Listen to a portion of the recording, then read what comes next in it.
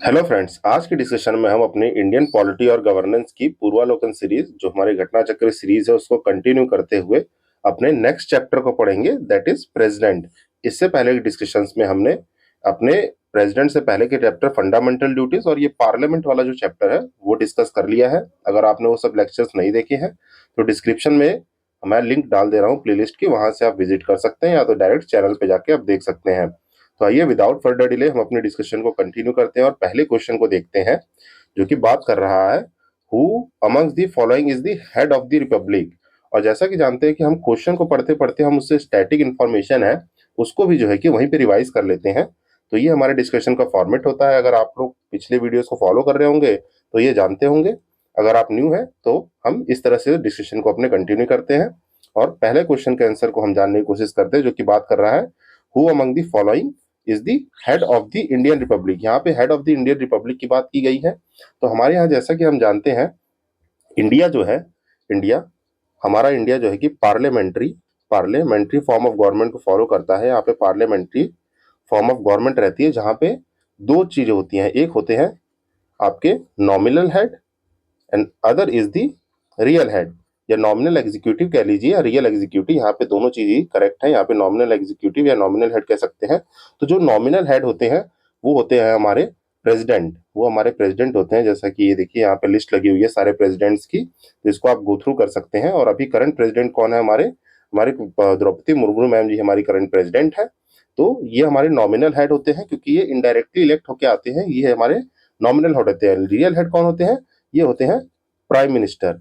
तो ये जो है कि चीज आप याद रखेंगे। और ये जो है कि हमारा जो है हमारे कॉन्स्टिट्यूशन में जो बात हुई है who amongst the following is the head of the Indian Republic, वो है प्रेसिडेंट ऑफ द इंडिया जो है कि हमारे head of the Indian Republic होते हैं। और रिपब्लिक आप मतलब जानते हैं, जो हमने प्रियम्बल वाले चैप्टर में डिस्कस किया था, रिपब्लिक का मतलब होता है कोई भी यहाँ भी मोनार्की स्लैश हेरिडिटरी हेड नहीं होगा। कोई भी हेरिडिटरी हेड नहीं होगा, वो जो है कि इलेक्टेड होके आएंगे। यहाँ पे हेरिडिटरी की स्पेलिंग आप अपने करेक्ट कर लीजिएगा। ये हेरिडिटरी जो हेड होंगे वो नहीं होंगे, यहाँ पे इलेक्टेड होंगे। तो यहाँ पे हमारे इंडिया में जो है आर्टिकल हमारा आर्टिकल 52 ये बात करता है कि constitutional constitutional head of the state, constitutional head of the state कौन होंगे?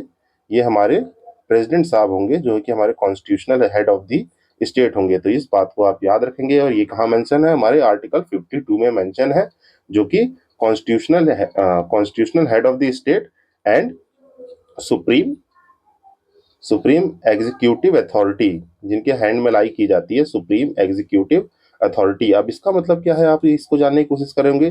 देखिए constitutional head of the state का मतलब हो गया कि हमारे जो कॉन्स्टिट्यूशन में सबसे हाईएस्ट पोस्ट है वो तो प्रेसिडेंट जी की है। पर सुप्रीम एग्जीक्यूटिव अथॉरिटी का मतलब क्या है? सुप्रीम एग्जीक्यूटिव अथॉरिटी का मतलब है जो भी पार्लियामेंट, हमने प्रीवियस सेशन में डिस्कस किया हुआ है कि पार्लियामेंट जो होता है, मैं आपको एक बार ब्रीफ कर दूं। पार्लियामेंट पार्लियामेंट क्या होता है? पार्लियामेंट जो है कंसिस्ट करता है आपका Lok Sabha plus Rajya Sabha plus president. तो ये हमारा कॉन्स्टिट्यूट फॉर्म करता है, जो कि हमारे पार्ट 5 में मेंशन है। पार्ट 5 ऑफ जो हमारा है उसके यूनियन चैप्टर में ये जो है कि मेंशन है। ये बातें ये सब जो है कि प्रीवियस लेक्चर में अच्छे से डिस्कस कर चुका हूं, तो यहाँ पे मैं सिर्फ ब्रीफ कर रहा हूँ। तो यहाँ पे हम जानते हैं सुप्रीम एग्जीक्यूटिव अथॉरिटी का मतलब होता है जो भी पार्लियामेंट एक्शन ले रही है, ऑल एक्शन जो है, all action taken in his name, mean जो है कि सारे एक्शन जो है कि प्रेसिडेंट के नाम पे लिए जाएंगे। जो कि हम आगे अभी आर्टिकल देखेंगे। आर्टिकल जैसे जैसे आएंगे क्वेश्चन में आर्टिकल भी आपको समझाते जाऊंगा। जैसे आर्टिकल 77 जो है कि बात करता है कि जितने भी ऑर्डर एक्शन होंगे हमारे प्रेसिडेंट के नाम पे होंगे। और आर्टिकल 111 तो मैं पार्लियामेंट चैप्टर में बता ही चुका हूँ कि जितने भी बिल्स हैं वो प्रेसिडेंट के एसेंस के बाद ही जो है कि एक्ट बनते हैं। तो ये सब चीजें आपको रिकॉल हो जानी चाहिए, जो कि हमने पहले क्वेश्चन के थ्रू ही इतनी चीजें देख ली। यहाँ पे आपको याद क्या रखना है कि हमें पूछा गया था कि head of the Indian Republic कौन है? तो head of the Indian Republic president of India होते हैं। क्यों होते हैं? क्योंकि हमारे यहाँ पे parliamentary form of government follow की जाती है, जिसमें नॉमिनल और रियल एग्जीक्यूटिव होते हैं। नॉमिनल कौन होते हैं? आपके प्रेसिडेंट होते हैं। रियल कौन होते हैं? प्राइम मिनिस्टर, जो हमारे सारे पावर को पावरी फंक्शंस को है परफॉर्म करते हैं in the name of the president, mean जो है कि नॉमिनल हेड के थ्रू। तो ये चीजें आप याद रखेंगे। यहाँ पे जो है कि आर्टिकल 52 में ये मेंशन है कि constitutional head of the state कौन होते हैं? हमारे president. And supreme executive authority किसमें लाई करती है? जो हमारे सारे एग्जीक्यूटिव एक्शन जो है कि लेते हैं हमारे प्रेसिडेंट। तो ये आप याद रखेंगे। देन जो है कि इसी के साथ हम नेक्स्ट क्वेश्चन की तरफ बढ़ते हैं। नेक्स्ट क्वेश्चन हमारा कह रहा है कि यहाँ पे असर्शन दिया है और रीजन दिया है, तो यहाँ पे असर्शन देखते हैं क्या कह रहा है कि president of India is different from the British king. तो क्या बात सही है? यस, ब्रिटिश किंग का मतलब हो गया यहाँ पे जो इंग्लैंड में, यहाँ पे इंग्लैंड में जो वहाँ के प्रेसिडेंट होते हैं या जो वहाँ पे constitution parliamentary form of government follow हो रही है, तो क्या उससे डिफरेंट है? तो यस, यहाँ पे डिफरेंट है, क्योंकि यहाँ पे जो प्रेसिडेंट है वो इनडायरेक्टली इलेक्टेड होके आ रहे हैं, इनडायरेक्टली इलेक्टेड होके आ रहे हैं, जो कि हमारे आर्टिकल 54 में हमारे प्रेसिडेंट के इलेक्शन के बारे में जो है कि ऐसा मेंशन है। तो ये जो है कि स्टेटमेंट सही है।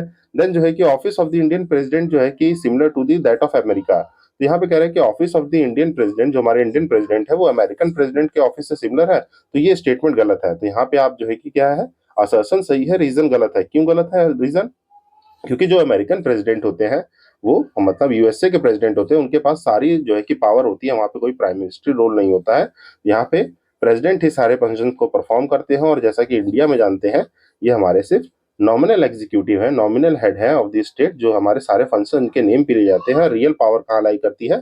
प्राइम मिनिस्टर में लाई करती है। तो यहाँ पे आपका आंसर हो जाएगा C, A is true, R is false, जो कि मैंने आपको ब्रीफली समझा दिया। आप यहाँ से एक बार इसको पॉज करके ब्रीफली देख सकते हैं, जो मैंने बताया वही लिखा हुआ है। देन जो है नेक्स्ट क्वेश्चन बात कर रहा है, असर्शन कह रहा है कि union executive is headed by the prime president of the India. तो यूनियन एग्जीक्यूटिव जो है कि कह रहा है कि हेड हो रहा है आपका president of the India. Yes, हमने यहाँ पे देखा कि मीन्स जो है कि पार्लियामेंट की जो है कि सीनियर अथॉरिटी और कॉन्स्टिट्यूशनल हेड कौन है? हमारे प्रेसिडेंट ऑफ द इंडिया है। तो यूनियन एग्जीक्यूटिव की बात हो रही है, मीन्स पार्लियामेंट को हेड करना तो वो हमारे प्रेसिडेंट ही करते हैं। यहाँ पे देखिए यूनियन गवर्नमेंट मत समझिएगा, क्योंकि यहाँ अगर लिखा रहता यूनियन गवर्नमेंट, तो वो जो है कि हमारे प्राइम मिनिस्टर लीड करते हैं। मींस गवर्नमेंट जो होती है, रूलिंग पार्टी, उसको प्राइम मिनिस्टर लीड करते हैं with his council of minister, जो कि रिस्पॉन्सिबल होती है लोकसभा के लिए। तो ये चीज यहाँ पे कंफ्यूज नहीं होना। यहाँ पे है union executive is headed by the तो president of India. Yes indeed is the correct statement. तो असर्शन हमारा हो जाएगा करेक्ट। और रीजन क्या कह रहा है कि there is no limitation on the power of the president. तो ये स्टेटमेंट आपकी गलत है, क्योंकि यहाँ पे जो है प्रेसिडेंट की पावर जो है लिमिटेड होती है। तो ये स्टेटमेंट हमारी गलत है, जो कि आर्टिकल 53 में देखिए मेंशन है। यहाँ पे जो है कि आपका सेशन करेक्ट है, रीजन गलत है, तो आंसर हो जाएगा सी। और यहाँ पे आर्टिकल 53 क्या कहता है? जो भी executive power of the union होगी shall be vested in the president. Mean जो है कि यूनियन एग्जीक्यूटिव पावर कहाँ किसके पास है? प्रेसिडेंट के पास है। बट जो ये पावर होती है वो आइदर डायरेक्टली, मीन जो है कि डायरेक्टली, और through the office subordinate to him in accordance with the constitution of India. Mean जो भी ये फंक्शन परफॉर्म करेंगे वो जो है कि हमारे सबऑर्डिनेट ऑफिस, मीन जो है कि जो भी हमारा काउंसिल ऑफ मिनिस्टर है headed by the prime minister, तो उनके एडवाइस के थ्रू ही ये फंक्शन परफॉर्म होगा, जो कि हम अभी अगले आर्टिकल में देखें, जो आर्टिकल 74 है। आर्टिकल 74 में क्या मेंशन है कि जो भी काउंसिल ऑफ मिनिस्टर है, council of minister to aid and advise the president. तो ये चीज आप याद रखेंगे। यहाँ पे आर्टिकल 53 में क्लियरली मेंशन है कि कोई यहाँ पे कोई भी लिमिटेशन, मीन जो है कि लिमिटेशन की नहीं, यहाँ पे लिमिटेशन है कि प्रेसिडेंट जो है कि लिमिटेड पावर को परफॉर्म करते हैं थ्रू दी, जो भी पावर परफॉर्म करेंगे वो जो है कि काउंसिल ऑफ मिनिस्टर के थ्रू जो है कि परफॉर्म की जाएगी। तो ये जो है कि बात आप याद रखेंगे। तो यहाँ थर्ड का आंसर हो जाएगा C. Then moving to our next question. Next question बात कर रहा है कि प्रेसिडेंट ऑफ इंडिया अपनी पावर को एक्सरसाइज हिज पावर थ्रू, कैसे एक्सरसाइज करते हैं अपनी पावर को? तो आइदर डायरेक्टली और through the office of the subordinate to him. तो ये हमारे जो है कि कॉन्स्टिट्यूशन में लिखा हुआ है, इसका एक्सप्लेनेशन मैंने आपको ऊपर बताया। देखिए आर्टिकल 52 तो बात करता है कि there shall be president of India. Article 53 क्या बात करता है? Executive executive power of the union, executive power of the union की बात करता है आर्टिकल 53। और उसके सेक्शन 1 में यहाँ पे जो है कि आर्टिकल 53 के सेक्शन 1 में जो है कि ये बात लिखी हुई है, जो भी पावर एक्सरसाइज करेंगे वो डायरेक्टली और through the office subordinate to him in accordance with the constitution होना चाहिए। तो ए फोर्थ का आंसर हो जाएगा ए। या देखिए through ministers, through prime minister और कैबिनेट, तो ये सब ऑप्शन मोस्ट अप्रोप्रिएट ऑप्शन नहीं है। देखिए यहाँ पे थ्रू मिनिस्टर की बात करेंगे तो जितने भी पार्लियामेंट में मिनिस्टर्स हैं, मीन जो है कि अपोजिशन पार्टी जो बैठी हुई है, अदर पार्टीज जो है कि इलेक्शन जीत के आई है, तो उनके उनके फंक्शंस को परफॉर्म करने के लिए वो एडवाइस नहीं करते हैं। यहाँ पे एडवाइस कौन करता है? Council of minister which is headed by the prime minister. तो यहाँ पे देखिए थ्रू प्राइम मिनिस्टर, तो प्राइम मिनिस्टर भी जो है कि अकेले सफिशिएंट नहीं है, तो ये ऑप्शन भी गलत है। और थ्रू कैबिनेट, जो कैबिनेट मिनिस्टर्स होते हैं जिनके पास सारी मिनिस्ट्री होती है, तो ये भी जो है कि अप्रोप्रिएट आंसर नहीं है। तो सबसे मोस्ट अप्रोप्रिएट आंसर होता है कि आइदर डायरेक्टली और through the office subordinate to him. मतलब जितने भी ऑफिसर्स जो है और ऑफिस सबऑर्डिनेट करेंगे प्रेसिडेंट के, उनके थ्रू करते हैं, जैसे कि मोस्ट अप्रोप्रिएट है काउंसिल ऑफ मिनिस्टर लिखा रहता है, तो वो भी करेक्ट आंसर होता है। देन जो है हम नेक्स्ट क्वेश्चन को देखते हैं। नेक्स्ट क्वेश्चन बात कर रहा है कि who is the executive head of the Indian state. अब इसको तो आप जो है कि कमेंट सेक्शन में तुरंत लिखिए, इतना मैंने बता दिया कि एग्जीक्यूटिव हेड कौन होंगे, हमारे जो है कि प्रेसिडेंट होंगे एग्जीक्यूटिव हेड। सॉरी, तो इसको आप जो है कि याद रखेंगे, एग्जीक्यूटिव हेड कौन है, प्रेसिडेंट हेड है, और ये हमारे आर्टिकल 53 में मेंशन है। देन जो है कि next question is similar to that, कि हमारे जो है कि according to the constitution of the India executive power of the union shall be vested in, mean जो है कि एग्जीक्यूटिव पावर किसके हाथ में है, तो ये प्रेसिडेंट के हाथ में सारी एग्जीक्यूटिव पावर दी गई है, तो यहाँ पे ओनली वन होगा। प्राइम मिनिस्टर के हाथ में जो है कि real power and functionary power है पार्लियामेंट की, और जो है कि लॉज मेकिंग की। एग्जीक्यूटिव का मतलब जो है कि पार्लियामेंट, आप पार्लियामेंट सेशन से याद करोगे, एग्जीक्यूटिव का मतलब होता है जो लॉ एंड पॉलिसीज को इम्प्लीमेंट करे और जो है कि अदर फंक्शन जो होते हैं, पार्लियामेंट जो है कि लॉ मेकिंग प्रोसेस को जो है कि बनाते हैं, सारे लॉ को मेक करते हैं, और एग्जीक्यूटिव फंक्शन जो होता है उनको वो इम्प्लीमेंट करते हैं ऑन द ग्राउंड लेवल। तो ये चीज आप याद रखेंगे। The next question is also similar. अभी जो है कि मुझे प्रीवियस सेशन से थोड़ा जो है कि ये पता चला कि आप लोग कह रहे हैं कि जो रिपीटेड क्वेश्चन है उनको मैं बता दूं, तो मैं यहाँ पे हल्का सा ब्रीफ कर दूंगा, क्योंकि देखिए टाइम थोड़ा इंपॉर्टेंट है, तो टाइम जो है कि रिपीटेड क्वेश्चंस में एनर्जी को ज्यादा वेस्ट ना करके हम जो है कि उसको सेव करके अदर क्वेश्चंस को अच्छे से करें। यहाँ पे बस मैं जो है कि ब्रीफ कर देता हूँ। देखिए यहाँ पे जो है कि executive power of the union in the president कहाँ है, ये 53 में है। Then again this is similar question की एग्जीक्यूटिव पावर जो है कि किसी में वेस्ट करती है। देखिए यहाँ पे सिमिलर क्वेश्चन है, अगर आपको आर्टिकल 53 याद हो गया कि आर्टिकल 53 में क्या लिखा हुआ है, executive power of the union, ये जो है कि मेन थीम है, executive power of the union, जो कि वेस्ट करता है किसमें, प्रेसिडेंट में। और प्रेसिडेंट जो है कि वो पावर कैसे परफॉर्म करेंगे, through the office subordinate to him, officer subordinate to him, जो कि हमारा क्या होता है, council of minister which is headed by the prime minister. तो ये चीज जो है कि याद रहेगी, तो यहाँ से हम जो है कि इन सब क्वेश्चन को इजिली कर सकते हैं। देखिए एग्जीक्यूटिव पावर प्रेसिडेंट। देन जो है कि next question is also same, कि यहाँ पे कह रहा है कि which of the following wasted with the executive power of the central government under the constitution of India, यहाँ पे प्रेसिडेंट ऑफ इंडिया हमारा आंसर हो जाएगा। देन हमारा नेक्स्ट क्वेश्चन है 10th क्वेश्चन। इसमें जो है कि आपको असर्शन और रीजन दोनों दिया गया है, और हमें बताना है कि क्या करेक्ट है। तो आइए देखते हैं। फर्स्ट स्टेटमेंट कह रहा है, जो असर्शन कह रहा है, ये constitution vested the executive power of the union in the president of India. तो यस, ये जो है कि क्या है, हमारी करेक्ट स्टेटमेंट है, क्योंकि हम अभी तक आर्टिकल 53 को पढ़ते आ रहे हैं और उसमें ये साफ साफ लिखा हुआ है। देन रीजन कह रहा है कि president of India is the constitutional head of the state. और ये हमने जो है कि कहाँ पढ़ा था, मैंने आपको आर्टिकल 52 को जब ब्रीफ किया था तो बताया था कि आर्टिकल 52 में लिखा हुआ है कि there shall be president of India, जो कि कॉन्स्टिट्यूशनल हेड होंगे, and supreme executive power authority उनके पास रहेगी। तो ये जो है कि दोनों ही स्टेटमेंट करेक्ट है, और ये जो है रीजन करेक्टली एक्सप्लेन कर रहा है। अब देखिए यहाँ पे कंफ्यूजन ये होता है कि हम सोचते हैं कि ये स्टेटमेंट करेक्टली एक्सप्लेन कैसे कर रहा है, क्योंकि देखिए यहाँ पे लिखा है कॉन्स्टिट्यूशन की एग्जीक्यूटिव पावर जो है यूनियन ऑफ द प्रेसिडेंट में लाई कर रही है, और प्रेसिडेंट जो है कॉन्स्टिट्यूशनल हेड है। और इसी वजह से देखिए यहाँ पे जो है कि इस स्टेटमेंट को वेरीफाई कर दे रहा है कि एग्जीक्यूटिव का मतलब क्या होता है, जो भी हमारे law and policies mean administrative functions है, और इन सबको परफॉर्म करने के लिए प्रेसिडेंट के पास एग्जीक्यूटिव पावर है, और कॉन्स्टिट्यूशनल हेड, और हमारे जो है कि जितने भी एडमिनिस्ट्रेटिव फंक्शन है वो किससे चल रहे हैं, सुप्रीम लॉ कॉन्स्टिट्यूशन से। तो ये जो है कि इसको करेक्टली एक्सप्लेन कर रहा है। तो यहाँ पे बोथ ए एंड आर जो है कि ट्रू है, और R is the correct explanation of A, इसका जो है कि सी आंसर हो जाएगा, जो कि यहाँ पे हल्का सा ब्रीफली लिखा हुआ है। देन जो है किसी के साथ हम नेक्स्ट क्वेश्चन देखते हैं। नेक्स्ट क्वेश्चन कह रहा है कि असर्शन दिया हुआ है कि executive power of the union is vested in the president of India. Yes, ये जो है कि हम अभी ऊपर पढ़ के आ रहे हैं, जो कि ट्रू स्टेटमेंट है।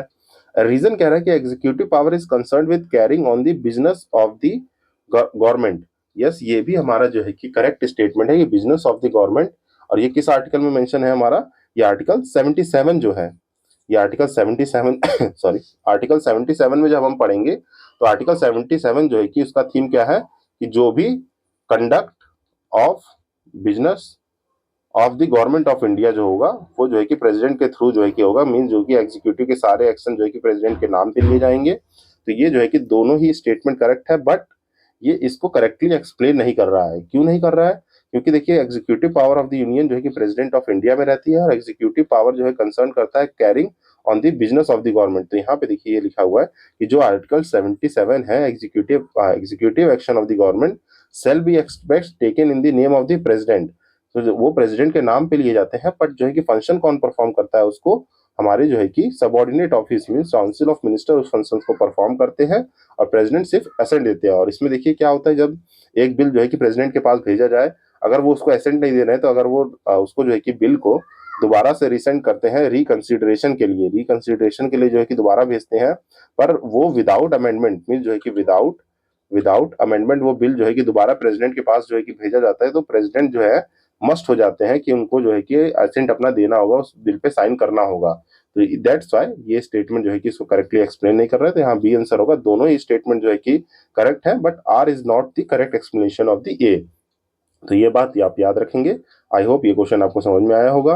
देन जो है कि हम नेक्स्ट क्वेश्चन की तरफ बढ़ते हैं। नेक्स्ट क्वेश्चन जो है कि बात कर रहा है कि supreme command of the defence forces is vested in the president.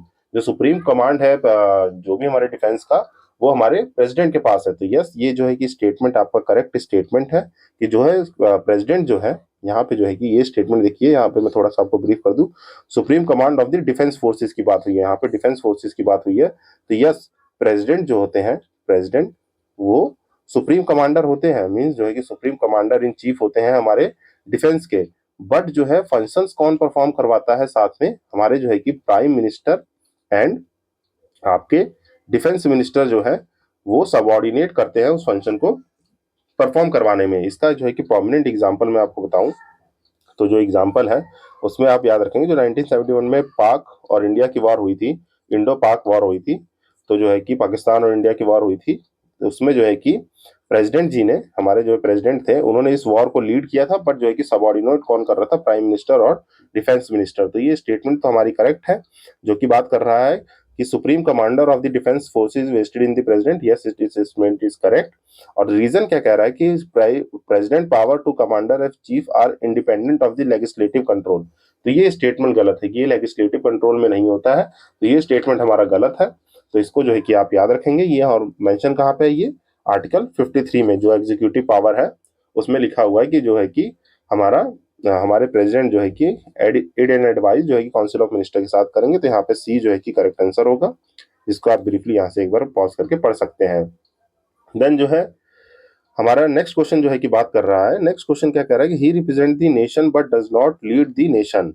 तो इससे आप जो है कि समझ सकते हैं किसकी बात हो रही है कि कॉन्स्टिट्यूशनल हेड और जो है कि फर्स्ट पर्सन ऑफ इंडिया भी कहे जाते हैं। कौन कहे जाते हैं, वो हमारे प्रेसिडेंट कहे जाते हैं। First citizen of country president होते हैं, but not lead the nation, क्योंकि नेशन को लीड कौन करता है, जो हम अपने इलेक्टेड गवर्नमेंट को चूज करते हैं। प्राइम मिनिस्टर जो है कि नेशन को लीड करते हैं। तो यहाँ पे बी आंसर हो जाएगा कि यहाँ पे प्रेसिडेंट की बात हो रही है। तो ये एक्सप्लेनेशन आप यहाँ से पढ़ सकते हैं। फिर यहाँ बात हो रही है कि how is president elected in India. यहाँ पे प्रेसिडेंट के इलेक्शन की बात हो रही है, जो कि हमारे आर्टिकल 54 में मेंशन है। 54 में यहाँ पे जो है कि आर्टिकल 54 जो है, आर्टिकल 54 बात करता है manner of the election of the president, means election of the president की बात होती है। और यहाँ पे जो है कि बाय इनडायरेक्ट इलेक्शन से जो है कि हमारे प्रेसिडेंट इलेक्ट होते हैं। और बाय इनडायरेक्ट इलेक्शन में क्या होता है, यहाँ पे जो है कि अभी आगे क्वेश्चन आएगा तो आप और ब्रीफली जान लेंगे।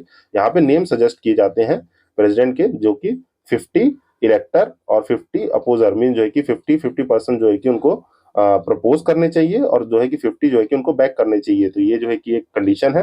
और बाकी इनडायरेक्ट इलेक्शन के through electoral electoral college, mean जो है कि यहाँ पे इलेक्टोरल कॉलेज बनता है, जिसमें जो है कि वोट देने के इनडायरेक्टली जो जो वोट करते हैं। तो ये यहाँ पे मेंशन है। तो आर्टिकल 54 डिस्क्राइब करता है method of the election of the president, जो कहता है क्या है, president shall be elected by the member of N electoral college consist of. यहाँ पे कौन कौन यहाँ पे वोट कर सकते हैं, तो यहाँ पे देखिए शार्पली, बहुत शार्पली याद रखिएगा। यहाँ पे elected member of the both house of the parliament, means यहाँ पे सिर्फ इलेक्टेड मेंबर्स की बात हो रही है। अगर बात करते कि members of the both house of parliament, तो वो स्टेटमेंट गलत होगा। अगर लिखा है elected member of the both house of the parliament, तो सही होगा। क्यों, क्योंकि अगर मेंबर्स की बात होती है तो इसमें इंक्लूड हो जाते हैं नॉमिनेटेड भी, और नॉमिनेटेड मेंबर्स जो है हमारे इलेक्शन ऑफ प्रेसिडेंट में पार्टिसिपेट नहीं करते हैं। तो ये बात याद रखेंगे आप। तो elected member of the both house of the parliament जो है कि पार्टिसिपेट करते हैं, मींस राज्यसभा और लोकसभा के दोनों के मेंबर पार्टिसिपेट करते हैं। And same applies for the elected member of the legislative assembly of the state. यहाँ पे सारी legislative assembly of the state के मेंबर जो है कि पार्टिसिपेट करते हैं। यहाँ पे कंडीशन क्या है, नॉमिनेटेड मेंबर नहीं करेंगे। प्लस यहाँ पे जो लेजिस्लेटिव काउंसिल्स हैं, वो भी पार्टिसिपेट नहीं करती हैं। तो ये बात याद रखना है आपको, यहाँ पे सिर्फ सिर्फ इलेक्टेड मेंबर्स जो है both house of the parliament और लेजिस्लेटिव असेंबली के ही पार्टिसिपेट करेंगे। इन एडिशन जो हमारी यूनियन टेरिटरीज हैं जिनके पास लेजिस्लेटिव असेंबली है, मीन्स जो है कि लेजिस्लेटिव असेंबली है, जो कि हमारी कौन सी है, दिल्ली एंड पुडुचेरी, यहाँ के मेंबर्स भी पार्टिसिपेट करते हैं, सॉरी पार्टिसिपेट करते हैं, लेकिन जम्मू कश्मीर के अब तक जो है कि इंक्लूड नहीं किए गए हैं। तो ये देखिए यहाँ पे आगे लिखा हुआ है, तो इसको आप पढ़ सकते हैं। हेयर जो है कि स्टेट जो है कि इन्वॉल्व करता है national capital territory of Delhi और यूनियन टेरिटरी ऑफ पुडुचेरी, जो कि किससे हुआ था, 70th अमेंडमेंट, कॉन्स्टिट्यूशनल अमेंडमेंट 1992 से हुआ था। और यहाँ पे बात याद रखने वाली है कि जम्मू कश्मीर अभी तक इसमें इंक्लूड नहीं किया गया है। तो ये हम आप इलेक्टोरल कॉलेज याद रखेंगे क्या क्या है। यहाँ पे मैं आपको एक बार ब्रीफ कर देता हूँ। जो प्रेसिडेंट के इलेक्शन में पार्टिसिपेट करते हैं, प्रेसिडेंट इलेक्शन में प्रेसिडेंट के इलेक्टोरल कॉलेज, ये क्या होता है, इसमें जो है कि आपके इलेक्टेड मेंबर्स रहेंगे, कहां से, राज्यसभा प्लस लोकसभा, ये याद रखना है आपको, इलेक्टेड मेंबर्स रहेंगे राज्यसभा एंड लोकसभा। सेकंड जो है आपके इलेक्टेड रहेंगे, इलेक्टेड मेंबर रहेंगे कहां से, सारे स्टेट लेजिस्लेचर से, मींस स्टेट लेजिस्लेचर से। तो यहाँ पे ये लोग रहेंगे, प्लस जो है प्लस में आपके दिल्ली एंड पुडुचेरी, दिल्ली एंड पुडुचेरी से जो है कि वहां के स्टेट लेजिस्लेचर से जो है कि मेंबर्स रहेंगे, ये याद रखना है। और अभी तक जो है कि क्या नहीं है, नॉमिनेटेड नहीं रहेंगे, तो ये याद रखना है, नॉमिनेटेड मेंबर्स जो है, nominated members does not participate, ये बात याद रखनी है, डज नॉट पार्टिसिपेट। और यहाँ पे और क्या पार्टिसिपेशन नहीं है, आपकी लेजिस्लेटिव काउंसिल्स है वो भी पार्टिसिपेट नहीं करती हैं। एंड जम्मू कश्मीर जो है, जम्मू एंड कश्मीर अब तक जो है वहाँ की लेजिस्लेचर को इंक्लूड नहीं किया गया है, नॉट इंक्लूडेड। तो इतनी बातें आपको याद रखनी है जो कि हमने यहाँ से इस क्वेश्चन से याद रखा, तो आप याद रखेंगे आई होप। जो कि हमारे जो है कि आर्टिकल 54 में जो है कि मेंशन है, आर्टिकल 54 में क्या मेंशन है, method of the election of the president और इलेक्टोरल कॉलेज जो है कि मेंशन है, तो ये आप याद रखेंगे। देन जो है कि नेक्स्ट क्वेश्चन जो है कि सेम है, जो कि बात कर रहा है, सजेशन कह रहा है कि हमारे प्रेसिडेंट ऑफ इंडिया जो है कि इनडायरेक्ट इलेक्शन से चूज होते हैं। तो yes, it is the correct statement. And reason क्या कह रहा है कि there is provision of the electoral college consist करता है, sorry, member of the elected member of the both house of the parliament and elected member of the legislative। then moving to our next question क्या कह रहा है, next question में बात कर रहा है कि प्रेसिडेंट ऑफ इंडिया जो है इलेक्टेड होते हैं कैसे, बाय दी, यहाँ पे देखिए ऑप्शन में जो है कि आप ये ना समझे कि जैसे डायरेक्ट लिखा हुआ है, यहाँ पे ओपन बॉडेड सिस्टम लिखा हुआ है और सिंगल ट्रांसफरेबल वोट और प्रोपोर्शनल रिप्रेजेंटेशन लिखा हुआ है। तो यहाँ पे जो है कि आपको एक चीज याद रखनी है, जो हमारा आर्टिकल 55 हमारा क्या कहता है, आर्टिकल, यहाँ पे मैं आपको ब्रीफ कर दूं, जो हमारा आर्टिकल 55 है, आर्टिकल 55 क्या कहता है कि जो हमारा manner of the election, article 54 तो बात करता है कि इलेक्शन ऑफ द प्रेसिडेंट होगा, मींस यहाँ पे इलेक्शन ऑफ प्रेसिडेंट की बात है आर्टिकल 54 में। आर्टिकल 55 क्या कहता है, what is the manner of the election of the president, means manner of the election of president, यहाँ पे मतलब प्रेसिडेंट के इलेक्शन का मैनर क्या होगा। तो ये बात करता है किसके, इनडायरेक्ट इलेक्शन। अब जो है कि इनडायरेक्ट इलेक्शन की बात होती है, इनडायरेक्ट इलेक्शन में भी कैसे, जो प्रोपोर्शनल रिप्रेजेंटेशन होता है, proportional representation through the single transferable vote, mean जो है कि proportional representation through the single transferable vote, जो कि सीक्रेट बैलेट के थ्रू होता है, सीक्रेट बैलेट के थ्रू होता है, जहां पे जो है कि हमें जो है कि अपने प्रीफरेंस के हिसाब से, मीन जो है कि जो भी हमें बैलेट मिलेगा वहां प्रेसिडेंट के नाम पे प्रीफरेंस देनी होगी। 1 नंबर को जो है कि इतने एक्स वोट है, 2 नंबर को एक्स वोट है, और जो भी मेजोरिटी वोट पाएंगे उनको इलेक्ट कर दिया जाता है थ्रू एज ए प्रेसिडेंट। तो यहाँ पे देखिए बी और सी दोनों ही करेक्ट है, मीन जो है कि सिंगल ट्रांसफरेबल वोट सिस्टम होता है और प्रोपोर्शनल वोट सिस्टम होता है, मीन जो है कि proportional representation through the single transferable vote, जो कि सीक्रेट बैलेट के थ्रू होता है। तो ये बात आप याद रखेंगे। तो यहाँ पे जो है कि मैंने इसको जो है कि आप थोड़ा ब्रीफ कर दिया, ये आर्टिकल 55 में मेंशन है, कहाँ पे, आर्टिकल 55 में, जो कि हमारे इलेक्शन ऑफ द प्रेसिडेंट की बात होती है, sorry, manner of the election of president की। देन जो है कि नेक्स्ट क्वेश्चन है, नेक्स्ट क्वेश्चन बात कर रहा है electoral college of the president consist of. अब आई होप इसको आप पहले एक बार पॉज करके अटेम्प्ट करने की कोशिश करेंगे, क्योंकि हमने अच्छे से ऊपर जान लिया है। तो देखिए पहला स्टेटमेंट जो है कि कह रहा है कि elected member of the both house of the parliament, तो यहाँ पे पहला स्टेटमेंट सही है कि यहाँ पे elected member of the both house of the parliament कह रहा है। यहाँ पे सेकंड स्टेटमेंट कह रहा है कि elected member of the both house of the state legislature. तो ये स्टेटमेंट गलत है। मैंने बताया कि वहाँ पे लेजिस्लेटिव आपकी काउंसिल जो होती है, लेजिस्लेटिव काउंसिल, वो जो है कि पार्टिसिपेट नहीं करती, यहाँ पे सिर्फ स्टेट लेजिस्लेचर करते हैं। तो सेकंड जो है कि गलत हो जाएगा। देन जो है elected member of the legislative assembly of all states, तो ये जो है कि करेक्ट है। और जो है कि यहाँ पे दिल्ली और पुडुचेरी की भी असेंबली जो है कि पार्टिसिपेट करती है। तो इसका आंसर डी हो जाएगा। 1, 3 और 4 आर करेक्ट, सेकंड जो है कि गलत है। देन जो है हम नेक्स्ट क्वेश्चन के बढ़ते हैं। नेक्स्ट क्वेश्चन भी electoral college for the election of the president की बात कर रहा है। यहाँ कह रहा है कि members of the both house of the parliament, तो यहाँ पे देखिए मेंबर्स की बात हुई है, तो यहाँ पे इलेक्टेड प्लस नॉमिनेटेड दोनों आ जाएंगे। तो ये स्टेटमेंट हो जाएगा आपका गलत। देन जो है कि नेक्स्ट स्टेटमेंट कह रहा है कि member of the both house of the parliament and the state legislature, तो यहाँ पे भी ये स्टेटमेंट क्या होगा, यहाँ पे मेंबर्स नहीं, यहाँ पे इलेक्टेड मेंबर्स होना चाहिए। यहाँ पे बोथ हाउस नहीं होते हैं, और बोथ हाउस से भी गलत होगा। यहाँ पे लोकसभा और राज्यसभा तो करते हैं, पर यहाँ पे स्टेट असेंबलीज करती है, ना कि काउंसिल। तो ये स्टेटमेंट भी गलत हो जाएगा। देन जो है कि कह रहा है कि elected member of both house of the parliament and elected member of the state assemblies, तो ये स्टेटमेंट करेक्ट हो जाएगा, क्योंकि यहाँ पे क्या है, सिर्फ इलेक्टेड मेंबर, क्योंकि हमें पता है कि नॉमिनेटेड मेंबर पार्टिसिपेट नहीं करते हैं। देन जो है कि इसका आंसर सी हो जाएगा, और डी तो वैसे नन ऑफ द अबव है। देन नेक्स्ट क्वेश्चन देखते हैं कि 70th अमेंडमेंट से जो है कि कौन कौन से जो है कि प्रेसिडेंट इलेक्शन में यूनियन टेरिटरीज को ऐड किया गया है। तो ये हम ऊपर से पढ़ के आ रहे हैं, जो है दिल्ली एंड पुडुचेरी है, जो कि 70th अमेंडमेंट से हमारे ऐड किए गए हैं इन दी वाइस प्रेसिडेंट प्रेसिडेंट इलेक्शन में। तो ये आप याद रखेंगे। सॉरी।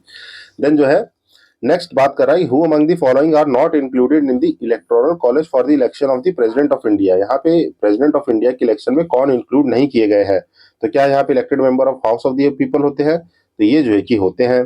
देन जो है कि member of the council of state होते हैं, तो होते हैं house of the people and council of state साहब, जो है कि लोकसभा एंड राज्यसभा, जो है कि आपको रिमेंबर हो जाना चाहिए, क्योंकि प्रीवियस सेशंस में हम लोग पढ़ चुके हैं। अगर नहीं तो आप वो सेशन देखेंगे तो ये क्लियर हो जाएगा। देन जो elected member of legislative assembly of the state, ये से इंक्लूड होते हैं।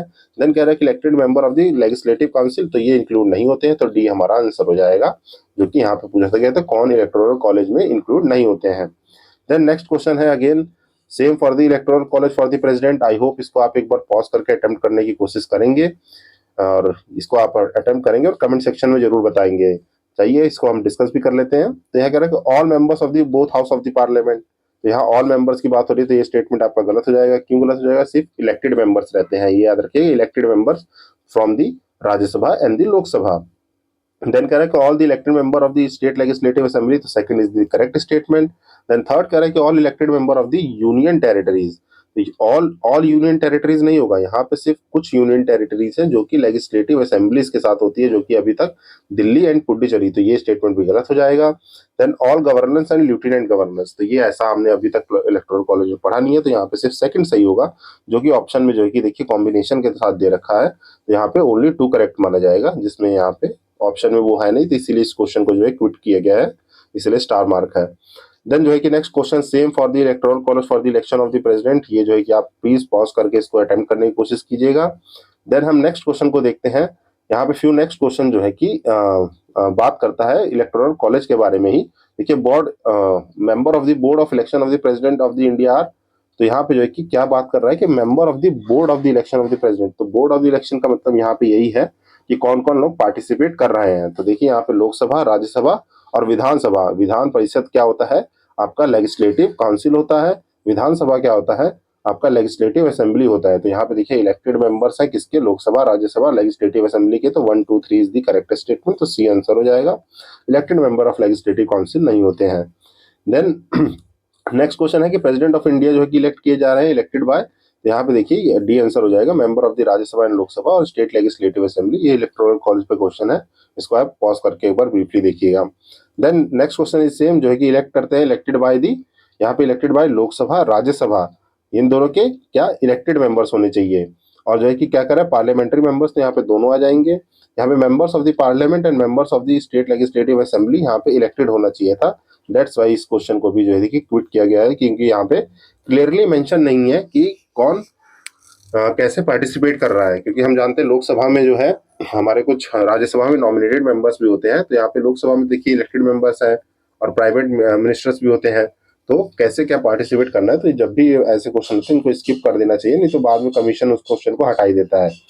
देन जो है नेक्स्ट क्वेश्चन देखते हैं। नेक्स्ट क्वेश्चन बात कर रहा है कि which of the following is not correct regarding the presidential election. यहाँ पे प्रेसिडेंट के इलेक्शन में कौन सी स्टेटमेंट नॉट करेक्ट, मीन हमें गलत स्टेटमेंट बताना है, बाकी तीन स्टेटमेंट उनकी करेक्ट है। तो यहाँ पे पहला स्टेटमेंट कह रहा है कि election of the successor must be held before the expiry of the term of the incumbent president, mean जो है कि जो भी हमारे नेक्स्ट प्रेसिडेंट चूज किए जाएंगे, जो हमारे नेक्स्ट प्रेसिडेंट होंगे, उनका इलेक्शन जो है कि कंप्लीट हो जाना चाहिए बिफोर द टर्म। तो यस, ये हमारी स्टेटमेंट जो है करेक्ट स्टेटमेंट है, जो कि सारे इलेक्शन ऑफ द प्रेसिडेंट जो हमारे आर्टिकल 54 में यहाँ पे मेंशन है कि इलेक्शन ऑफ द प्रेसिडेंट का जो है कि नेक्स्ट प्रेसिडेंट चूज कर लेनी चाहिए अगले प्रेसिडेंट के टेन्योर से पहले।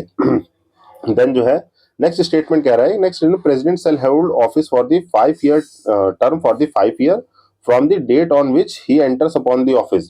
तो यस, ये जो है कि हमारा करेक्ट स्टेटमेंट है, जो कि बात करता है आर्टिकल 56 में। ये मेंशन कहाँ पे है आपका जो है सॉरी, आर्टिकल 56 में ये मेंशन है कि जो भी टर्म होगा प्रेसिडेंट का, वो जो है कि 5 ईयर्स का होगा, और वो भी जब वो ऑफिस में एंटर करते हैं। ऐसा नहीं कि वो जिस दिन जीत जाएंगे, मीन जो है कि इलेक्शन आज जीते तो वहां से नहीं, जब वो ऑफिस को एज्यूम कर लेंगे तो उस दिन से उनको पूरे 5 ईयर का टर्म दिया जाएगा। और ये अप्लाई होता है सेम फॉर उनके कोई भी, जैसे मान लीजिए प्रेसिडेंट की वैकेंसी की वजह से नया प्रेसिडेंट जो है कि चूज किए जा रहे हैं। मान लीजिए कोई प्रेसिडेंट 3 साल के लिए रहे, पर अब जो है कि 2 साल का उनका टेन्योर बना है, पर नेक्स्ट प्रेसिडेंट जो है कि इलेक्टेड होकर आ रहा है, तो उनको फुल 5 ईयर का टर्म दिया जाएगा, और ये आर्टिकल 56 में मेंशन है। तो ये आप याद रखेंगे। तो यहाँ पहला और दूसरा दोनों ही स्टेटमेंट करेक्ट है। देन नेक्स्ट स्टेटमेंट कह रहे हैं कि on the expiration of his term he continues to hold office until his successor enter upon his office. तो यस, जो है कि ये भी करेक्ट है कि जब तक सक्सेसर जो है कि ऑफिस को एज्यूम नहीं करता है, तो प्रीवियस प्रेसिडेंट जो है कि अपने उस ऑफिस को कंटिन्यू करते हैं, क्योंकि प्रेसिडेंट की पोस्ट खाली नहीं होने देते हैं। तो ये जो है कि ये भी करेक्ट है। देन प्रेसिडेंट इलेक्शन में भी postpone on the ground of that electoral college incomplete. तो ये स्टेटमेंट गलत है। मान लीजिए कोई लेजिस्लेटिव असेंबली उस वक्त डिसॉल्व हो रखी है, जो है कि वहाँ इलेक्शन चल रहे हैं, इलेक्टेड मेंबर नहीं है, तो प्रेसिडेंट इलेक्शन को डिले नहीं किया जाता है। तो ये स्टेटमेंट आपका गलत होगा। तो डी हमारा आंसर हो जाएगा, जो कि यहाँ पे ब्रीफली एक बार पॉज करके आप पढ़ सकते हैं। देन जो है कि नेक्स्ट क्वेश्चन है। नेक्स्ट क्वेश्चन कह रहा है कि minimum number of elector needed to proposer of the president candidate. तो यहाँ पे देखिए, यहाँ पे मैंने आपको बताया था, जो कि हमने आर्टिकल अपने 54 में पढ़ा था कि इलेक्टोरल कॉलेज क्या होता है। तो उसमें जो है कि 50 जो है 50 जो है कि आपके इलेक्टर होने चाहिए, to be need to proposer, और 50 जो है need to be seconder, mean जो है कि 50 लोग जो है कि प्रपोज करने चाहिए वो नहीं, और उसको जो है कि बैकिंग मीन सेकेंडर मीन्स क्या होता है, को बैक करने चाहिए कि 50 लोग उन दो नॉमिनी जो है, नॉमिनी ऑफ द प्रेसिडेंट है, उनको जो है कि प्रपोज और सेकेंडर के रूप में थ्रू बैक कर रहे हैं। तो ये ऑप्शन होगा यहाँ पे 50, याद रखिएगा। देन जो है नेक्स्ट क्वेश्चन क्या कर रहा है कि electoral college of the president in India. इसमें जो है कि देखिए, आपको यहाँ पे मैं ब्रीफ कर देता हूँ, फिर ये क्वेश्चन अटेंड करेंगे। यहाँ पे वैल्यू ऑफ वोट की बात है, जो कि हमारे आर्टिकल 54 में ही है। आर्टिकल 54 जो है कि क्या बात करता है, इलेक्टोरल कॉलेज की बात करता है। ये आपको याद हो गया होगा, इलेक्टोरल कॉलेज की बात करता है। तो यहाँ पे जो आपके वोट की वैल्यू होती है, मीन जो है वोट वैल्यू की बात हो रही है, तो यहाँ पे एमएलए की वोट की वैल्यू बता रहा हूँ, एमएलए वोट वैल्यू। तो ये कैसे कैलकुलेट होती है, इसको याद रखने के लिए जो भी देखिए total population of the state, total population जो है, इसको पूरा मैं लिख रहा, टोटल पॉपुलेशन ऑफ स्टेट होगी, total population of the state. अब अभी तक जो है कि total population of the state upon में टोटल नंबर ऑफ क्या होगी, total number of elective seats, total number of elective seats in assembly. तो इनको जो है डिवाइड करके मल्टीप्लाइड बाय 1/1000। तो ये जो है कि value of the vote of क्या आती है, एमएलए। और ये जो टोटल पॉपुलेशन है अभी तक जो है 1971 के सेंसस से कैलकुलेट की जा रही है। तो इसको आप याद रखेंगे। तो हमें ये याद रखना है कि एमएलए की वोट वैल्यू कैसे काउंट होती है।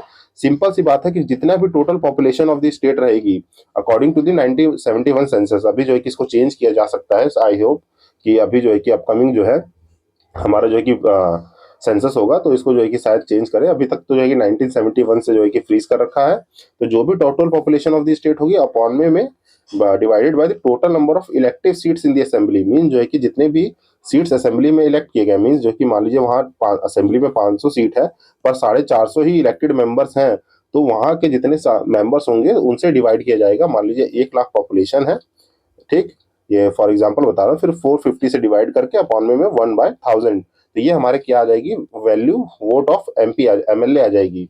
देन जो है एमपी की बात की जाए, तो एमपी की वोट की वैल्यू क्या आती है, एमपी वोट वैल्यू, तो ये कैलकुलेट की जाती है आपकी जो भी क्या total value of votes of all MLA, मतलब जितने भी सारे एमएलए हैं ऑफ ऑल स्टेट्स, मतलब जितने सारे एमएलए हैं और सारे स्टेट के एमएलए, इनके total vote values mean individually यहाँ से कैलकुलेट होगा, फिर इनका टोटल वोट वैल्यू जो है कैलकुलेट होगा यहाँ पे, उसको डिवाइड किया जाएगा किससे, total number of elected elected member of parliament, जितने भी पार्लियामेंट में टोटल इलेक्टेड मेंबर होंगे मीन्स रोज राज्यसभा और लोकसभा, उनको दोनों को इंक्लूड करके हमारा क्या कैलकुलेट हो जाएगा, जो भी हमारी वोट वैल्यू ऑफ एमपी है, तो ये ऐसे कैलकुलेट की जाती है। ये दो फॉर्मूला याद रखिएगा, इससे बहुत सारे क्वेश्चन बनते हैं और पूछे जाते हैं।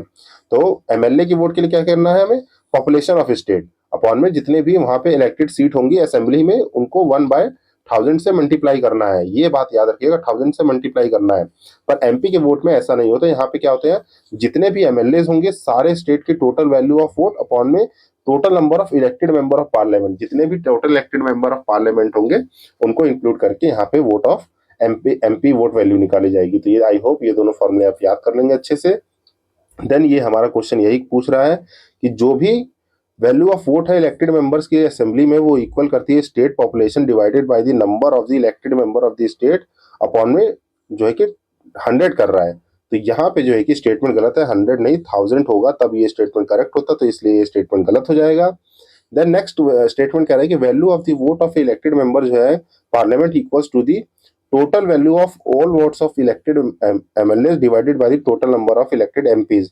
तो ये स्टेटमेंट जो है कि सही है कि यहाँ पे जो है कि member of parliament means MPs की बात हो रही है, यहाँ पे ये स्टेटमेंट सही है, जितने भी स्टेट के इलेक्टेड एमएलए हैं या सारे स्टेट के, उनको जो है डिवाइड कर दिया जाएगा टोटल इलेक्टेड एमपी से, तो ये जो है कि करेक्ट हो जाएगा। फिर थर्ड कह रहा है कि there were more than 5000 voters in latest election, तो ये स्टेटमेंट भी गलत है। लेटेस्ट इलेक्शन ये देखिए 2003 का पूछा गया क्वेश्चन है, अभी तो जो है कि बहुत चेंज हो गया है और यहाँ पे वो मेंशन नहीं है, तो इसको आप एक बार यहाँ मैंने नीचे लिस्ट लगा रखी है बिल्कुल डाउन में, यहाँ पे दिखाता हूँ आपको सॉरी, यहाँ पे देखिए, यहाँ पे इस बार जो है टोटल वोट इतने थे, ये कौन सा जो प्रेसिडेंट हमारे प्रेसिडेंट साहब का इलेक्शन हुआ था 2022 में, तो टोटल वोट इतने थे 4033। तो ये लिस्ट आप बाद में जो है कि गो थ्रू कर लीजिएगा। देन हम अपने क्वेश्चन पे बैक करते हैं। हमारा क्वेश्चन जो है क्या कह रहा था, यहाँ पे कहाँ गया वो क्वेश्चन, ये रहा। तो ये क्वेश्चन में जो है कि पहला स्टेटमेंट जो है गलत है, तीसरा भी गलत है, सेकंड करेक्ट है, तो आंसर आ जाएगा हमारा only two is the correct answer. तो ये जो है कि आप याद रखेंगे 28 का जो है कि वैल्यू ऑफ वोट एमपी, ये मैंने आपको समझा दिया, इसको आप एक बार ब्रीफली यहाँ से पॉज करके पढ़ सकते हैं। देन नेक्स्ट क्वेश्चन कह रहा है कि इलेक्शन ऑफ द प्रेसिडेंट, यहाँ पे कंसीडर करने हैं कुछ स्टेटमेंट और बताना है स्टेटमेंट कौन सा करेक्ट है। तो यहाँ कह रहा है value of the vote of each MLA varies from state to state, तो यस ये स्टेटमेंट करेक्ट है, क्योंकि पॉपुलेशन ऑफ द स्टेट जो है कि डिफर करेगी, पॉपुलेशन डिफर करेगी है ना, नंबर ऑफ सीट डिफर करेगी, तो वैल्यू ऑफ वोट भी डिफर करते हैं। देन सेकंड स्टेटमेंट कह रहा है कि value of vote of MP of the Lok Sabha is more than the value of the MP of the Rajya Sabha, नहीं ये गलत है, क्योंकि यहाँ पे जो है कि सारे एमपीज की वैल्यू सेम ली जाती है, क्योंकि हमने पार्लियामेंट के टोटल सीट को जो है कि डिवाइड करके करते हैं, तो यहाँ पे एमपीज ऑफ लोकसभा और राज्यसभा की सीट वोट वैल्यू इक्वल होती है, तो ये स्टेटमेंट आपका गलत हो जाएगा। यहाँ पे आंसर होगा only A is the correct answer. Then जो है हम यहाँ से आप देखिए, ये चीज मैं आपको समझा चुका हूँ, इसको आप ब्रीफली एक बार पॉज करके पढ़ लेंगे, ये फॉर्मूलाज यहाँ पे मैंने एक्सप्लेन कर दिया आपको, यहाँ से आप ये चीज पढ़ सकते हैं। देन नेक्स्ट जो है सॉरी, नेक्स्ट क्वेश्चन कह रहा है कि 2022 में value vote of each member of Rajasthan legislative assembly कितनी है, तो ये 129 है, इसमें कुछ है नहीं, आपको ये फैक्चुअली रटना पड़ेगा। कुछ क्वेश्चन जो है कि पूछ लिए जाते हैं, जैसे यूपी का आपको याद रहना चाहिए, तो हम जो है कि यूपी पीसीएस के लिए पढ़े, तो यूपी पीसीएस का, और बाकी एक दो स्टेट जो है कि नेबरिंग स्टेट का याद रख सकते हैं। यहाँ से ब्रीफली आप इसको एक बार पॉज करके देख सकते हैं। देन नेक्स्ट क्वेश्चन जो है कि बात कर रहा है, नेक्स्ट क्वेश्चन यहाँ पे देखिए बात कर रहा है वो जो अगर फॉर्मूला याद होगा तो ये क्वेश्चन अटेम्प्ट करने में आसानी होगी। यहाँ पे कह रहा है देखिए, मेंबर जो है nominated to either house of the parliament of the legislative assembly of state are also eligible to be included in the electoral college, तो यहाँ पे गलत है, क्योंकि देखिए नॉमिनेटेड मेंबर जो है प्रेसिडेंट के इलेक्टोरल कॉलेज में जो है कि इंक्लूड नहीं होते हैं, तो ये स्टेटमेंट हो जाएगा हमारा क्या गलत, क्योंकि either house of the parliament से खाली elected members means elected members होते हैं, ना कि नॉमिनेटेड, और same applies for the legislative state, तो ये स्टेटमेंट होगा गलत। देन जो है कि स्टेटमेंट सेकंड कह रहा है कि higher the number of the elective assembly seats, higher is the value of the vote of the MLA. तो मैंने आपको फॉर्मूला जो बताया था क्या है, टोटल पॉपुलेशन है अपॉन में नंबर ऑफ इलेक्टेड सीट है, नंबर ऑफ इलेक्टेड एमएलए। तो मान लीजिए आप जब भी जानते हैं मैथ, डिनोमिनेटर जो है इंक्रीज करेगा तो टोटल वैल्यू फ्रैक्शन में डिक्रीज ही करेगी, और अपॉन में 1/1000 तो है ही। तो ये स्टेटमेंट गलत होगा कि हायर द इलेक्टेड सीट होगी तो हायर वोट नहीं होगा, वोट जो है कि लोअर हो जाएंगे। तो ये स्टेटमेंट आपका गलत हो जाएगा, फर्स्ट एंड सेकंड गलत हो गया। देन थर्ड स्टेटमेंट कह रहा है कि एमएलए ऑफ मध्य प्रदेश जो है ग्रेटर देन ऑफ केरला है, तो इसके लिए हमें याद रहना चाहिए। यहाँ पे देखिए, यहाँ पे लिखा होगा, आई होप इसमें मेंशन होगा। तो देखिए यहाँ पे मध्य प्रदेश में 131 है, केरला की 152 है, तो केरला की हायर है ना कि मध्य प्रदेश की। तो ये स्टेटमेंट भी आपका क्या हो जाएगा, गलत स्टेटमेंट हो जाएगा। देन जो है कि नेक्स्ट स्टेटमेंट कह रहा है कि value vote of each MLA of Puducherry higher than the of Arunachal Pradesh. तो ये स्टेटमेंट करेक्ट है, क्योंकि इसके लिए भी आपको याद रहना चाहिए क्या, यहाँ पे देखिए, यहाँ पे ये भी मेंशन होगा। अरुणाचल प्रदेश में क्या है, 8 है वैल्यू और पुडुचेरी में 16 है, तो हायर है पुडुचेरी की। तो फोर्थ स्टेटमेंट इज करेक्ट। तो यहाँ पे ओनली वन स्टेटमेंट करेक्ट होगा, बाकी ये 3 स्टेटमेंट जो है गलत है। और आई होप ये मैंने आपको ब्रीफली जो है कि समझा दिया। इसका एक्सप्लेनेशन यहाँ से आप एक बार पॉज करके पढ़ सकते हैं, जो कि हमने पिछले क्वेश्चंस में भी यही सब बातें की गई हैं। यहाँ पे ये सब है और फॉर्मूलाज हैं, और यहाँ पे कुछ जो है कि आपके ये वर्ड्स लिखे हुए हैं, तो ये आप याद रखेंगे। यहाँ पे देखिए आर्टिकल जो कॉन्स्टिट्यूशनल अमेंडमेंट 84 है, उससे जो है कि आपका जो है कि expression of population means as the ascertained with the 1971 census. तो ये सब चीजें आप एक्चुअली याद रख सकते हैं। देन नेक्स्ट क्वेश्चन बात कर रहा है कि chief minister of the state in India is not eligible to vote in the presidential election if. अब कह रहा है कि चीफ मिनिस्टर जो है कि प्रेसिडेंशियल इलेक्शन में नॉट एलिजिबल है वोट करने के लिए, क्यों, क्या वो कैंडिडेट है, तो ऐसा कुछ नहीं है। Yet to prove is the majority, ऐसा भी कुछ नहीं है। अगर वो अपर हाउस के मेंबर होंगे, मीन जो है कि वो लेजिस्लेटिव काउंसिल के मेंबर होंगे, तो वो जो है कि वोट नहीं कर सकते हैं। ये हमने अपने इलेक्टोरल कॉलेज में पढ़ लिया था, जो कि आर्टिकल 15 में, आर्टिकल 54 में क्लियरली मेंशन है। तो ये स्टेटमेंट जो है कि आपका करेक्ट होगा कि अगर वो अपर हाउस के मेंबर हैं ऑफ स्टेट लेजिस्लेचर तो वो पार्टिसिपेट नहीं कर सकते हैं, और लोअर हाउस के होंगे तो कर लेंगे। ठीक, तो ये आप चाहिए आपको ये समझ में आ गया होगा। देन नेक्स्ट क्वेश्चन कह रहा है कि जो भी प्रेसिडेंट इलेक्शन है इंडिया में, every elected member of the legislative assembly of a state shall have as many votes as there are multiple of 1000 in quotient divided by this। तो यहाँ पे जो हमारा ये क्वेश्चन जिसे बात कर रहा है एमएलए के फॉर्मूले की बात कर रहा है। जो हमारा एमएलए का फॉर्मूला क्या है, टोटल पॉपुलेशन 1971 के सेंसस से अपॉन में number of elected seat upon में 1/1000। तो ये क्वेश्चन वही एसेंस कर रहा है। तो यहाँ पे क्या आंसर होगा, ये 1971 के सेंसस से जो है कि फ्रीज कर रखी है, जो कि यहाँ पे देखिए आपका आर्टिकल 81 में जो है कि एक्सप्रेशन जो है कि ये दिया हुआ है, और कॉन्स्टिट्यूशनल अमेंडमेंट भी दिया था। तो ये आप याद करेंगे ब्रीफली पॉज करके। देन जो है कि नेक्स्ट क्वेश्चन बात कर रहा है कि which of the following is not an essential qualification for the candidate of the president. तो यहाँ पे क्वालिफिकेशन ऑफ द प्रेसिडेंट की बात की गई है। तो यहाँ पे क्वालिफिकेशन ऑफ द प्रेसिडेंट कहाँ मेंशन है, आर्टिकल 58 में मेंशन है कि वो सिटीजन होने चाहिए, उनकी एज 35 ईयर्स कंप्लीट होके या एटलीस्ट 35 ईयर की होनी चाहिए, इनसे ग्रेटर होने चाहिए, और जो है कि is qualified for the member of the house of people, means Lok Sabha के जो क्राइटेरिया है उनको फुलफिल करना चाहिए। लोकसभा क्राइटेरिया में एक ये सब कंडीशंस तो होती हैं, प्लस लोकसभा में 25 ईयर्स होता है, ये पार्लियामेंट वाले सेशन में कंप्लीट कराया है मैंने। और आपका नाम होना चाहिए कहाँ पे, किसी भी एनी स्टेट वोटर लिस्ट में, जो है कि any electoral college of state voter list में आपका नाम होना चाहिए उस कॉन्स्टिट्यूएंसी से, चाहे अदर कॉन्स्टिट्यूएंसीज आपका वोटर लिस्ट में नाम होना चाहिए। ये लोकसभा के मेंबर क्वालिफिकेशन है, तो यहाँ पे वो भी अप्लाई होगी। तो यहाँ पे देखिए ये सही है, एजुकेटेड होना इज नॉट मच इंपॉर्टेंट। तो यहाँ पे ये स्टेटमेंट जो है कि बी गलत है आपका, बी ऑप्शन। तो यहाँ पे कैंडिडेट को नॉट एसेंशियल क्वालिफिकेशन, एजुकेटेड होना जरूरी नहीं है, तो ये आपका बीएस का आंसर हो जाएगा।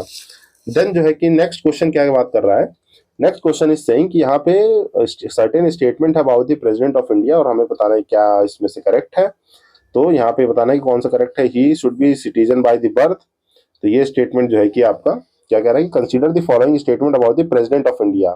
यहाँ पे हमारे जो क्वालिफिकेशंस की बात की गई है, तो ये जो है कि बाय बर्थ, तो ये स्टेटमेंट जो है बाय बर्थ भी हो सकता है या नेचुरलाइजेशन से हो सकता है। तो वो जो है कि स्टेटमेंट यहाँ पे खाली ये होगा, he should be completed the age of 35 years. तो बी ऑप्शन करेक्ट होगा। He should be qualified for the election of the parliament. Parliament नहीं, यहाँ पे राज्यसभा लोकसभा दोनों की बात होती है, तो यहाँ लोकसभा की बात हुई है, देखिए हाउस ऑफ पीपल की, जो कि लोकसभा है। और वो सिटीजन ऑफ इंडिया होने चाहिए, मीन जो है सिटीजन ऑफ इंडिया। ये बाय बर्थ हो सकते हैं या जो है कि आपके जो है कि बाय डिसेंट हो सकते हैं। यहाँ पे अदर कंडीशंस है जो मैं आपके आने वाले सेशंस में कभी पढ़ा दूंगा। तो यहाँ पे ये सिर्फ बर्थ से ही नहीं, बाय अदर कंडीशन भी अप्लाई होती हैं। तो बस वो सिटीजन ऑफ इंडिया होनी चाहिए, वैलिड सिटीजन ऑफ इंडिया, जो कि हम दे सकते हैं। जैसे जो हमारे ये ओसीआई होल्डर्स होते हैं, इन लोग को जो है कि शायद ये अप्लाई नहीं होता है। तो ये चीज आप याद रखेंगे, यहाँ पे बी ऑप्शन जो है कि करेक्ट है। देन नेक्स्ट क्वेश्चन क्या कह रहा है कि मेंबर ऑफ द पार्लियामेंट और state legislature can be elected as the president, but यहाँ पे बट है। तो यहाँ पे देखिए अदर स्टेटमेंट क्या कह रहा है कि ही will B resign from his seat before contesting the election. तो यहाँ पे हमें क्या पूछा हुआ है कि जो भी इलेक्ट हो जा रहे हैं, मतलब इलेक्टेड एज द प्रेसिडेंट, तो वो जो है कि उस सीट से कंटेस्ट कर रहे हैं इलेक्शन को, तो रिजाइन करना जरूरी नहीं है। अगर वो इलेक्ट हो जाएंगे तो उन्हें सीट को छोड़ना पड़ेगा। मीन जो है कि अगर मान लीजिए कोई भी मेंबर ऑफ पार्लियामेंट या स्टेट लेजिस्लेचर के प्रेसिडेंट इलेक्शन के लिए जो है कि नॉमिनेटेड है, तो उनको जो है रिजाइन करना उस वक्त जरूरी नहीं है। जब वो इलेक्ट हो जाएंगे, ही विल बी रिक्लुइंस his seat as soon he is elected, जो है कि इलेक्ट होंगे तब उनको सीट को जो है कि छोड़ना है, नहीं कि आप नॉमिनी फाइल कर रहे हैं तभी। तो ये सब जो है कि स्टेटमेंट आपके जो है कि गलत होंगे और सी जो है कि करेक्ट हो जाएगा। देखिए an MP can contest but MLA can not, तो ऐसा कुछ नहीं है, ये स्टेटमेंट गलत है। और यहाँ पे 6 मंथ का जो है कि नहीं होता है। यहाँ पे जैसे ही आप इलेक्ट कर ली जाएंगे, आपको वो सीट जो है कि छोड़नी होगी। तो यहाँ पे इसका आंसर हो जाएगा सी। देन जो है नेक्स्ट क्वेश्चन क्या कह रहा है, ये आर्टिकल आपके कौन से मेंशन है, ये आर्टिकल 59 में जो है कि ये मेंशन है ये बात, कि आर्टिकल 59 ऑफ द कॉन्स्टिट्यूशन क्या कहता है कि प्रेसिडेंट जो है कि कोई भी मेंबर नहीं होने चाहिए either house of the parliament. ये सब मैंने जो है कि आपके पार्लियामेंट वाले चैप्टर में जो है कि अच्छे से डिस्कस कर रखा है, वहां से आप रेफर कर सकते हैं। देन जो है कि यहाँ पे Indian president is eligible for the री इलेक्शन, यहाँ पे री इलेक्शन की बात है। तो ये आर्टिकल 57 में हमारे जो है कि री इलेक्शन ऑफ द प्रेसिडेंट की बात है। और वहां पे कहा गया है कि any number of the times में जो है कि हमारे प्रेसिडेंट जो है कि इलेक्ट किए जा सकते हैं। और अब तक खाली डॉक्टर राजेंद्र प्रसाद जो है, डॉक्टर राजेंद्र प्रसाद जो है कि 2 बार प्रेसिडेंट अपने टेन्योर में चूज हुए, जो कि 1950 से 1962 का टेन्योर उन्होंने जो है कंप्लीट किया था। और फर्दर देन कोई भी जो है प्रेसिडेंट नहीं हुए। तो एनी नंबर ऑफ टाइम्स की बात है आर्टिकल 57 में। तो आर्टिकल 57 जो है हमारा बात करता है री इलेक्शन ऑफ द प्रेसिडेंट की, जो कि एनी नंबर ऑफ टाइम्स है। तो ये याद रखेंगे आप। देन नेक्स्ट क्वेश्चन कह रहा है कि which article of the constitution prescribes the eligibility condition for the री इलेक्शन। तो ये आर्टिकल 57 में मेंशन है कि री इलेक्शन की बात की गई है। The next question again saying कि if there is any dispute regarding the president election, it can be referred to the Supreme Court of the India। तो यहाँ पे जो है कि आइए थोड़ा इसको जो है कि जान लेते हैं हम। जो हमारा आर्टिकल 71 है, मीन्स यहाँ पे देखिए आर्टिकल 71, इसमें जो है कि लिखा हुआ है क्या कि आर्टिकल 71 जो है बात करता है कि सुप्रीम कोर्ट के पास, यहाँ पे मैं आपको थोड़ा ब्रीफ कर देता हूँ, ये कहाँ है, ये हमारा मेंशन है आर्टिकल 71 में। सुप्रीम कोर्ट के पास जो है कि एक्सक्लूसिव एक्सक्लूसिव ज्यूरिडिक्शन है, एक्सक्लूसिव ज्यूरिडिक्शन है जो भी डिस्प्यूट सेटलमेंट के लिए, जो भी डिस्प्यूट होंगे इन द इलेक्शन ऑफ आपके प्रेसिडेंट एंड वाइस प्रेसिडेंट में। तो हमारे सुप्रीम कोर्ट के पास ये एक्सक्लूसिव ज्यूरिडिक्शन है कि वो करेगी क्या, इन सारे डिस्प्यूट्स को सेटल करने के लिए सुप्रीम कोर्ट के पास एक्सक्लूसिव ज्यूरिडिक्शन है। तो ये आप याद रखेंगे, जो कि आर्टिकल 71 में मेंशन किया गया है। और यहाँ पे एक और वैलिड पॉइंट याद रखेंगे, जो भी एक्शंस जो है कि प्रेसिडेंट और वाइस प्रेसिडेंट लेंगे, मीन जो भी actions actions by president and vice president, वो जो है कि जजमेंट के डेट तक, मीन जो है कि जजमेंट का जो डेट है उससे बिफोर वाले डेट में जो भी एक्शंस है वो क्या रहते हैं, वैलिड रहते हैं। ये क्वेश्चन जो है कि बहुत बार पूछा गया, तो मैं यहीं पे आपको ब्रीफ कर दे रहा हूँ। तो यहाँ पे ये चीज याद रखनी है, जो भी इलेक्शन से डिस्प्यूट है और मान लीजिए वो प्रेसिडेंट और वाइस प्रेसिडेंट जो है कि उस पोस्ट से जो है कि हटाए जा रहे हैं, इम्पीच किए जा रहे हैं, तो जो भी एक्शंस है जजमेंट की डेट से पहले जो भी एक्शंस है वो क्या रहेंगे, वो वैलिड रहेंगे, वो इनवैलिड नहीं रहेंगे। तो ये आपको याद रखना है, ये भी आर्टिकल 71 में ही मेंशन है। और पार्लियामेंट के पास पावर है कि कोई भी जो है कि इससे रिलेटेड जो है कि लॉ बना सकती है for the settlement of the dispute. तो ये सब चीजें आर्टिकल 71 की आप याद रखेंगे, आई होप। देन जो है कि नेक्स्ट क्वेश्चन जो है कि बात कर रहा है कि कोई भी इलेक्शन है, if the election of the president of India is declare void by the supreme court, all acts done by him और her in the performance of duty of her office of the president before the date of decision becomes invalid। तो यही देखिए मैंने आपको ऊपर बताया कि article 17 में क्या 71 में क्या मेंशन है। आर्टिकल 71 कहता है कि जजमेंट के डेट से पहले जितने भी एक्शन है वो वैलिड रहेंगे, उसके बाद जो है कि इनवैलिड होंगे। तो यहाँ पे ये स्टेटमेंट आपका हो जाएगा गलत। देन जो है कि नेक्स्ट स्टेटमेंट कह रहा है कि election for the post of the president of India can be postpone on the ground of some legislative assembly has been dissolve and action yet to be taken. तो ये statement भी आपका गलत है, क्योंकि यहाँ पे जो है कि डिसॉल्व नहीं किया जाएगा, क्योंकि इलेक्शन जो है कि आपके कंप्लीट किए जाते हैं। Then when a bill is presented to the president of India, the constitution जो है कि प्रिस्क्राइब करता है टाइम लिमिट उनके असेंट के लिए। तो ये जो है कि हमने आर्टिकल जब 111 पढ़ा था तो उसमें देखा था कि ऐसा कोई टाइम लिमिट प्रिस्क्राइब नहीं है।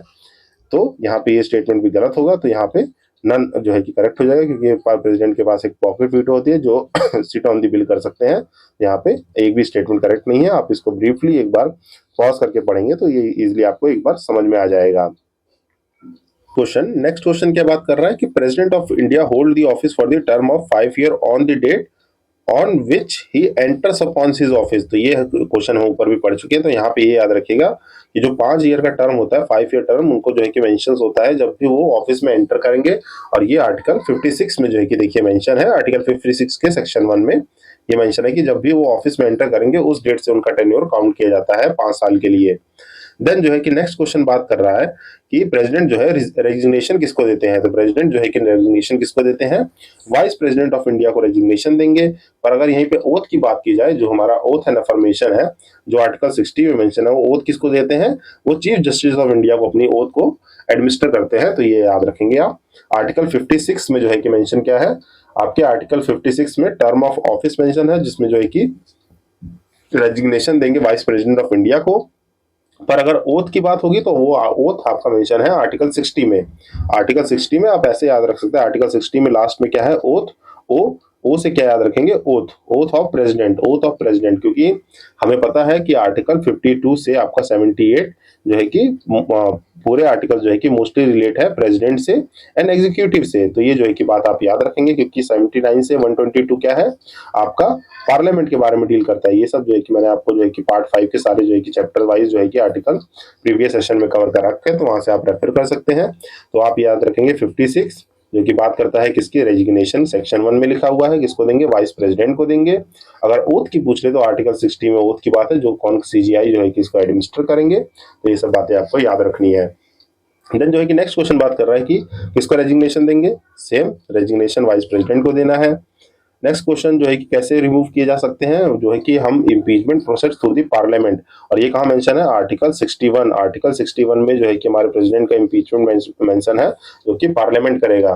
तो इसको जो है कि आइए मैं थोड़ा आपको ब्रीफ कर देता हूँ इस आर्टिकल के बारे में। जो हमारा प्रेसिडेंट का इम्पीचमेंट है, प्रेसिडेंट के इम्पीचमेंट की बात है, वो कहाँ है, आपके आर्टिकल 61 में जो है कि मेंशन है। तो impeachment of the president mention in the article 61, ये याद रखना है। और चार्ज कौन इनिशिएट करेगा, मींस जो है कि इम्पीचमेंट जो है, पहली बात तो ये इम्पीचमेंट क्या है, ये याद रखेंगे, impeachment is the quasi judicial, quasi judicial process है एक, ठीक, ये आपको याद रखना है मेनली।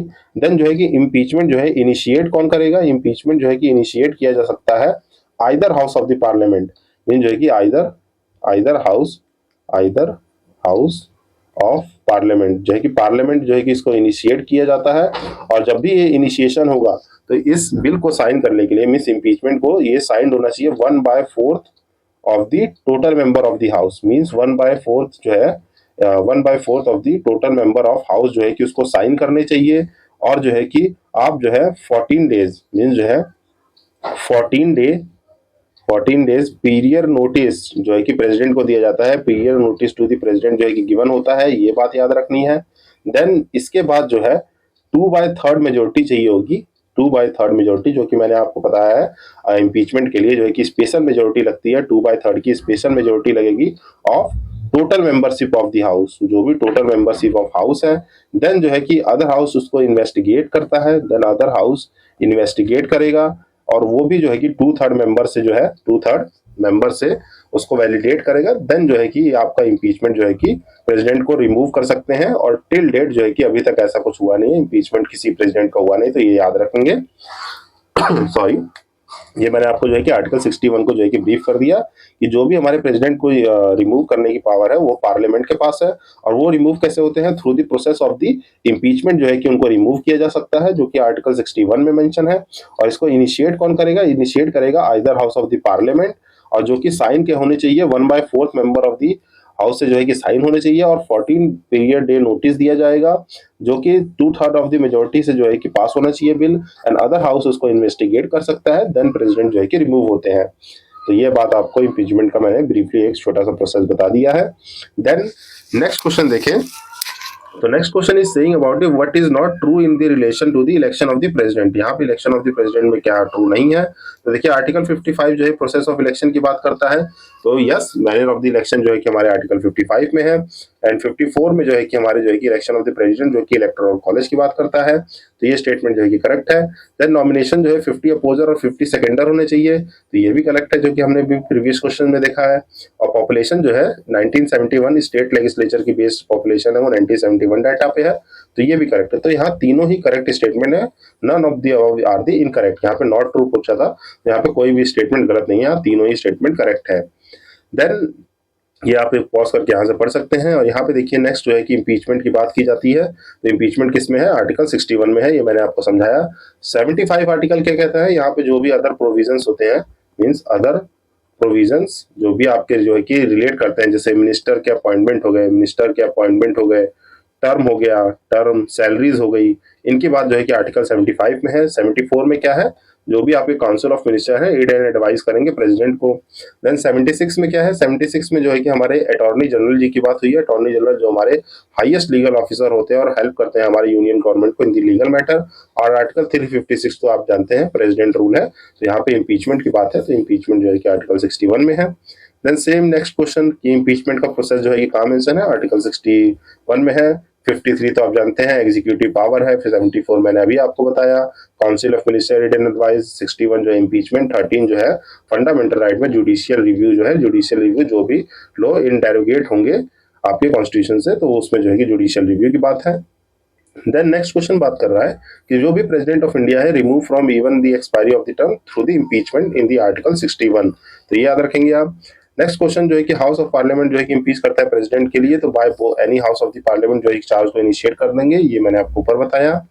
देन नेक्स्ट क्वेश्चन जो है क्या है, नेक्स्ट क्वेश्चन बात कर रहा है कि which of the following Indian constitution provide related to the impeachment, तो आर्टिकल 61 इम्पीचमेंट है, जो कि देखिए मैंने आपको जो प्रोसेस समझाया है वो यहाँ पे डिटेल में लिखा हुआ है, तो आप इसको यहाँ से गो थ्रू कर सकते हैं। नेक्स्ट क्वेश्चन सेम इम्पीचमेंट के बारे में आर्टिकल 61 होगा। यहाँ पे क्या रहा है कि कौन सा मेंबर इनिशिएट करेगा, तो यहाँ पे both house of the parliament initiate कर सकते हैं। यहाँ पे प्रेसिडेंट इम्पीच किए जाते हैं on the ground of violating the constitution bye, तो यहाँ पे जो है कि आपके दो हाउस ऑफ द पार्लियामेंट दोनों लगेंगे।